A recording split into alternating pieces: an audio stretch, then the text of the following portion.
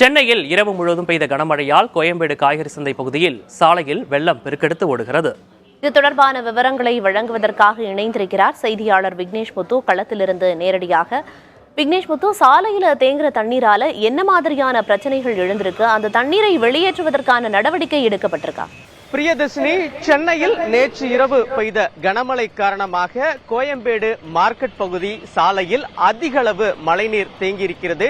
காட்சிகள் வாயிலாக பார்க்கலாம். நம்முடைய ஒளிப்பதிவாளர் நரேஷ் இந்த காட்சிகளை தற்பொழுது நேரடியாக காட்டிக் கொண்டிருக்கிறார். அதாவது கோயம்பேடு மார்க்கெட் என்பது பிரதான பகுதி. மார்க்கெட்டில் இருந்து மெட்ரோ நிலையம் செல்லக்கூடிய சாலை முழுவதுமே ஒரு பக்கம் மழைநீர் என்பது பெருக்கெடுத்து ஓடுகிறது. இந்த மழைநீரில் கழிவு நீரும் அதிக அளவு தேங்கியிருப்பதன் காரணமாக வாகன ஓட்டிகள் இந்த வழியாக பயணிக்க முடியாத ஒரு அவதிக்கு முழுமையாக தள்ளப்பட்டிருக்கிறார்கள்.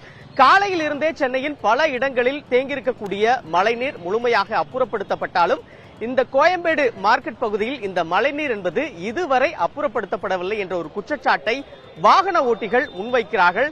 ஏற்கனவே சென்னை மாநகராட்சி இது தொடர்பாக வெளியிட்டுள்ள அறிக்கையின்படி 21 சுரங்கங்களில் பெரம்பூர் சுரங்கத்தை தவிர எந்த சுரங்கத்திலும் தண்ணீர் தேங்கவில்லை என தெரிவித்தது. ஆனால் இந்த கோயம்பேடு மார்க்கெட்டை பொறுத்தளவு தண்ணீர் என்பது அதிக அளவில் தேங்கியிருப்பதை காட்சிகள் வாயிலாகவே நாம் நேரடியாக பார்க்கலாம். இதனால் இந்த சாலையில் செல்லக்கூடிய பயணிகள் கடும் சிரமத்திற்கு உள்ளாகி இருக்கிறார்கள்.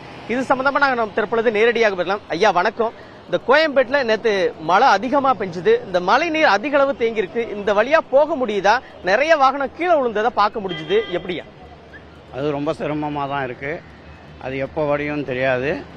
ஆனால் சரியாக வடிக்க வச்சாங்கன்னா 2 நாளில் சரியாயிடும். நாங்கள் வர்றது 2 வீலரில் வரோம்.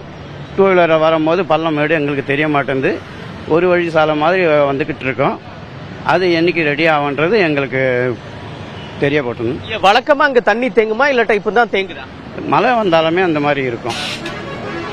மழை வந்தாலுமே இந்த மாதிரி தண்ணி வரும்.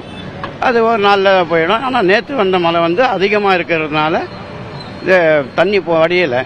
இன்னும் 2 நாளில் வடிஞ்சிரும்னு நான் நினைக்கிறேன். மழை நீரை நேற்று இன்னைக்கு காலையிலேருந்து வடிக்க எல்லாம் நடவடிக்கை எடுத்தாங்களா? யாரும் கார்பரேஷன்லேருந்து வந்தாங்களா? இன்னும் அப்படி ஒன்றும் தெரியல. ஆனால் வந்துடுவாங்க சீக்கிரத்தில். அது சரி பண்ணாங்க எங்களுக்கு கொஞ்சம் நல்லதாக இருக்கும். அதனால கார்பரேஷன்காரங்க செய்வாங்கன்ற ஒரு நம்பிக்கையோடு நாங்கள் இருக்கோம். நன்றியா. பிரியதர்ஷினி, நாம் நேரடியாக வாகன ஓட்டி இங்கு இருக்கக்கூடிய பொதுமக்களிடம் கலந்துரையாடினோம். இதுவரை இந்த பகுதியில் இருக்கக்கூடிய அந்த மழைநீர் முழுமையாக அப்புறப்படுத்தவில்லை.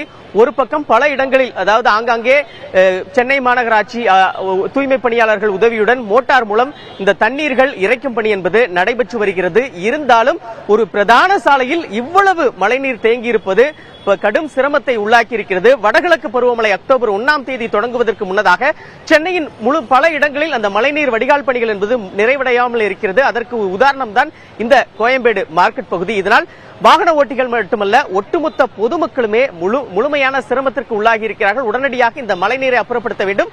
வடகிழக்கு பருவமழையை எதிர்கொள்வதற்கு மாநகராட்சி தயாராக இருக்க வேண்டும் என்ற ஒரு கோரிக்கையை பொதுமக்களும் வாகன ஓட்டிகளும் முன்வைக்கிறார்கள். பிரியதர்ஷினி, நிச்சயமா விக்னேஷ் முத்து, காட்சிகள்லயே பார்க்க முடியுது எந்த அளவுக்கு மழைநீர் தேங்கி இருக்கு அப்படிங்கறத.